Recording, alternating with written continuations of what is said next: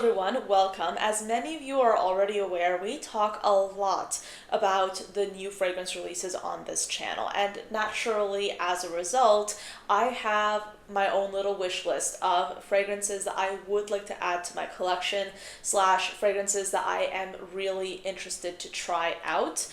These are fragrances that have been around for a little bit slash fragrances that are a little bit newer. You might recognize some of these fragrances from my Smash or Pass series. If you are unfamiliar, I do a fragrance news series every Monday where we talk about what's new in fragrance. Some of these fragrances were featured in that video series, but other fragrances have just been around. They're just fragrances that I've been thinking about. So I'm looking forward to sharing these picks with you. But if this is your first time watching this channel, hello, my name is Anya. I absolutely love fragrances. I talk about them here every single weekday, Monday through Friday. I also publish additional content on TikTok and Instagram under the username Anushka Fragrances. If you're also interested in fragrance history, I do have a podcast on this very topic called The Fragrance Report.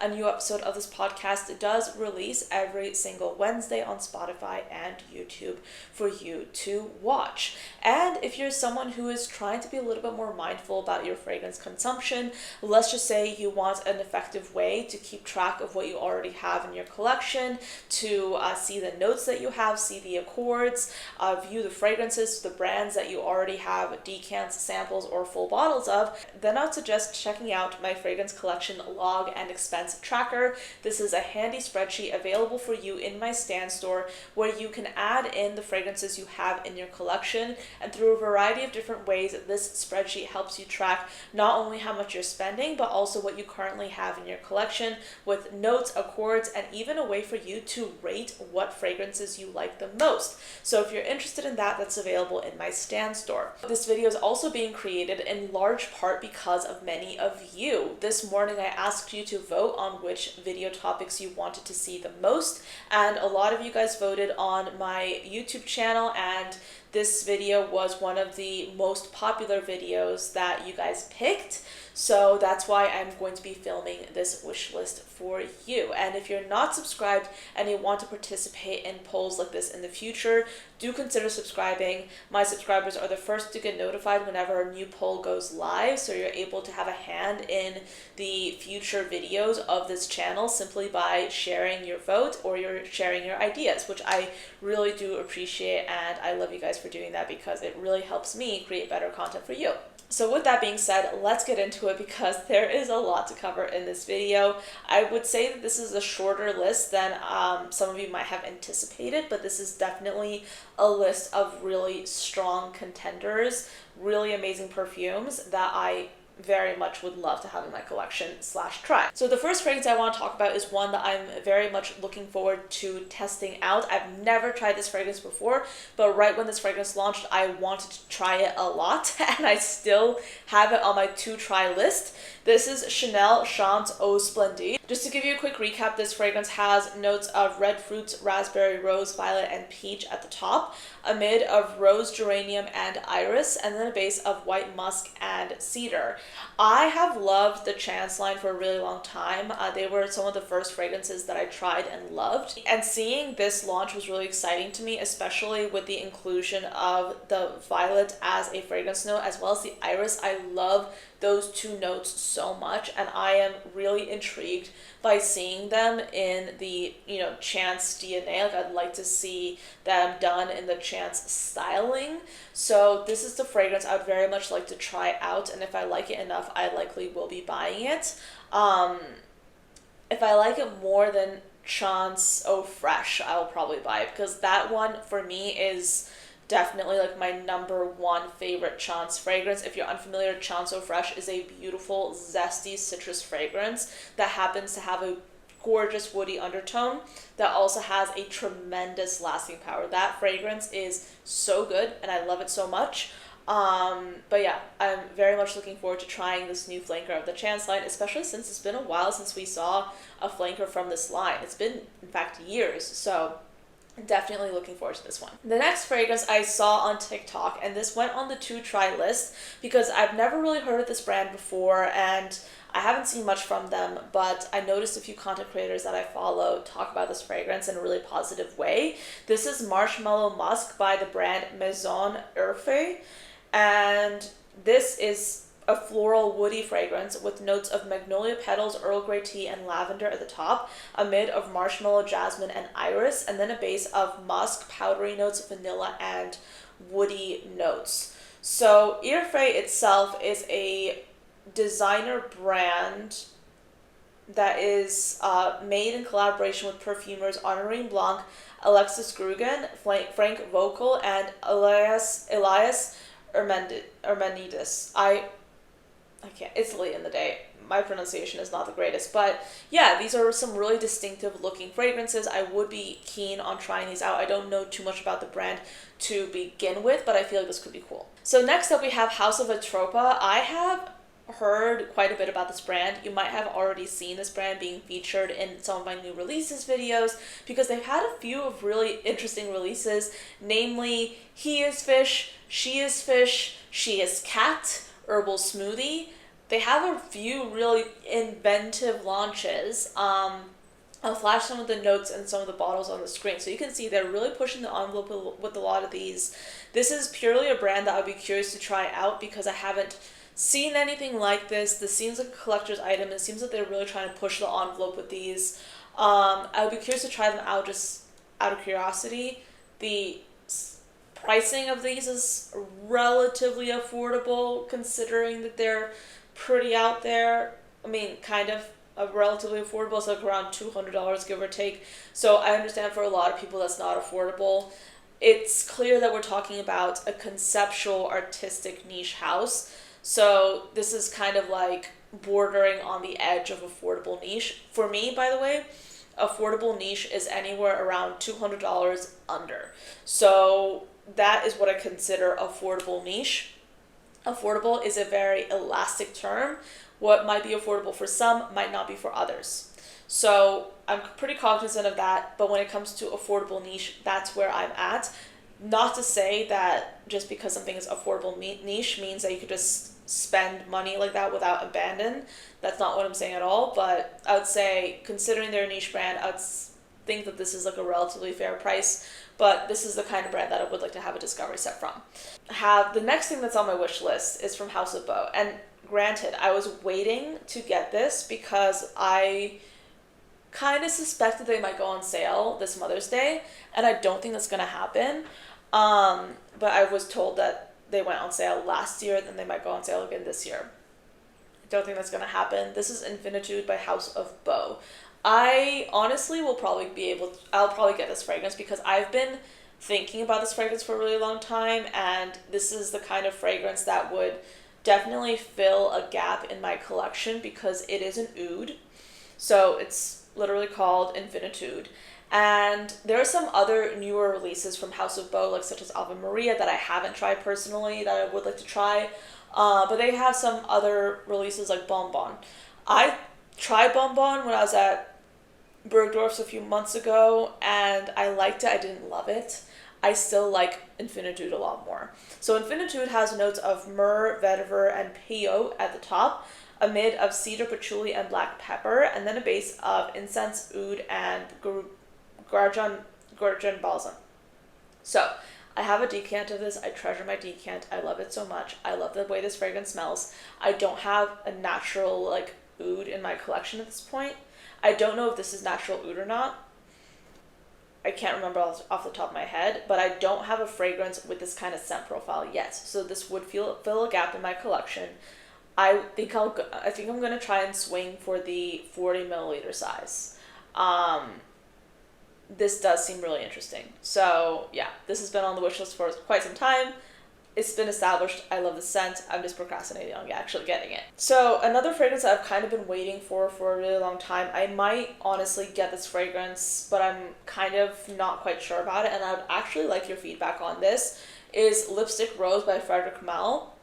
Lipstick Rose has been on my wish list for, I think, forever. Ever since I started getting into fragrance, I've loved this perfume and I've thought about getting it. It's a vintage smelling lipstick. I've heard makeup artists love this scent, but this is a fragrance with notes of raspberry, lychee, green notes, galbanum, grapefruit, bergamot, and lemon at the top, amid of iris, violet, rose, heliotrope, lily of the valley, and cloves, and then a base of vanilla, amber, white musk, cedar, patchouli, leather, moss, and vetiver. Yeah, this fragrance, I've smelled it. I have like a little bit decant of it somewhere. This fragrance smells like a kind of old school smelling vintage waxy lipstick. Sounds really beautiful. What I need to do is I need to get my decant. I need to dig it out somewhere. Like my decants and my samples are organized terribly, by the way. I can't find half of them. I'm gonna compare my decant to Oris by Commodity, because I did buy Oris by Commodity already, and that to me also has like a waxy lipstick scent. I want to compare it to Lipstick Rose side by side. If it's close, if it's in the same family, immediate family, I might pass on Lipstick Rose. If it's not, Lipstick Rose is still on the list. So I need to do that. Yeah. I don't know. Do you have Lipstick Rose? If you have Lipstick Rose, please tell me if I should continue to have this on the wish list, because it's been on here for a really long time. Yeah. Yeah, this and Infinitude. Even though Infinitude has not been on here as long as Lipstick Rose I've wanted, like, ever since I was, like, first into fragrance, when I wasn't even in the ballpark to be able to spend money on a niche fragrance. That's how long I've wanted it. So I'm already persuading myself to just go ahead and buy it. But this has been around for a really long time. So next up we have Marshmallow Blush by Paris Corner. Some of you might already know I've wanted this for quite some time. I got a decant of it. If I finish the decant, I'm buying this.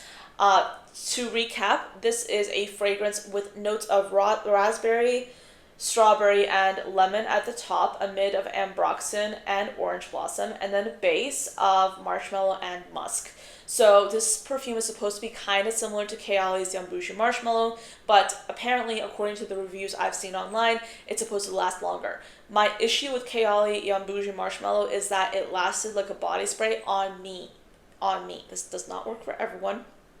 It's not like this for everyone, but that's how it lasted on me. Like a body spray. Did not enjoy that. That's why I returned my bottle. I know, I returned my bottle because I was going through like a body spray, and I'm like, this is $150 approximately. And I'm like, I can't justify it. But this alternative is $50 for 100 milliliters, I think. So I have a decant of it. If I go through the decant, I'm going to buy this. So that's that on that. So this next one is definitely on like the to smell list. And yeah, it's on the to smell list for sure. I want to get something from this brand. This is Alde Baron from Marc-Antoine Barrois. And this perfume seems deceptively simple. It has top notes of tuberose, a mid of paprika and mate, and then a base of tonka bean. But if you've smelled any of the Marc-Antoine fragrances, you would know the way they do their white florals is like mind-blowing. And I've turned into quite a discerning person when it comes to white florals because they're everywhere, obviously. And at this point, I have quite a sizable collection full of fragrances that could be like good versions of white florals. But like, I tried a few of the Marc-Antoine fragrances. Let me see. What have I tried from them? I've tried Tilia and something else. Something else that I'm missing. Ganymede Extrait. I've tried both. Blew me away. I was like, I want these. Like, I almost bought them on the spot. I kind of like stopped myself. I was like, okay, Anya, let's take the sample. Let's take it home. Let's like put it on the wish list. Let's be a bit more mindful about this. But yeah, this brand in general, I'm gonna buy at least one. I'm gonna buy at least one thing from them. Yeah, I love white florals. I'm really picky about them, but I love this. Like, this is, yeah. Another one. Let's see. I know this next one. Carbone by Balmain. I was ready to write off this collection entirely. You know, like the Balmain different colored bottles. I was ready to be like, okay, I don't need this. I tried them at Bergdorf's. By the way, Elayton George, he is the fragrance ambassador over at Bergdorf's. If you're ever there, ask for him because he has the best recommendations. We went through so many of the fragrances there, and this was one of the ones we smelled, and I absolutely fell in love with this. This went on the wish list immediately.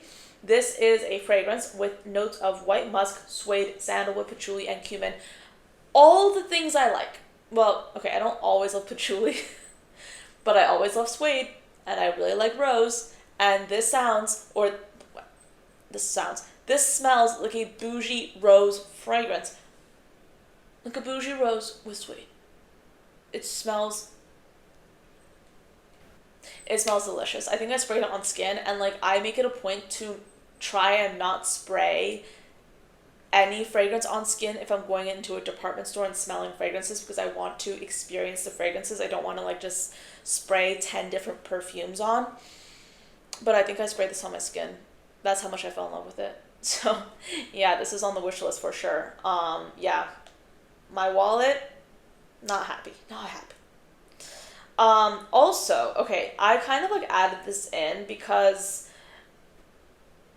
I think it's like kind of good every now and then to kind of think aloud with you, because we all have like these kinds of like fragrances that are on our wish list, and I think it's fun to like go over like the pros and cons of like getting fragrances, because you know, realistically, not all of us can get a fragrance right away with the snap of our fingers, or rather, it's not always a great idea. So I like to kind of go through these discussions with you for this reason. But one of the fragrances that has been on my wish list for quite some time that like I've kind of procrastinated on getting is Ethereal Soul by Reinvented. You guys know I have my decant for it, and I've kind of told myself I want to get through my decant a little bit more before buying this.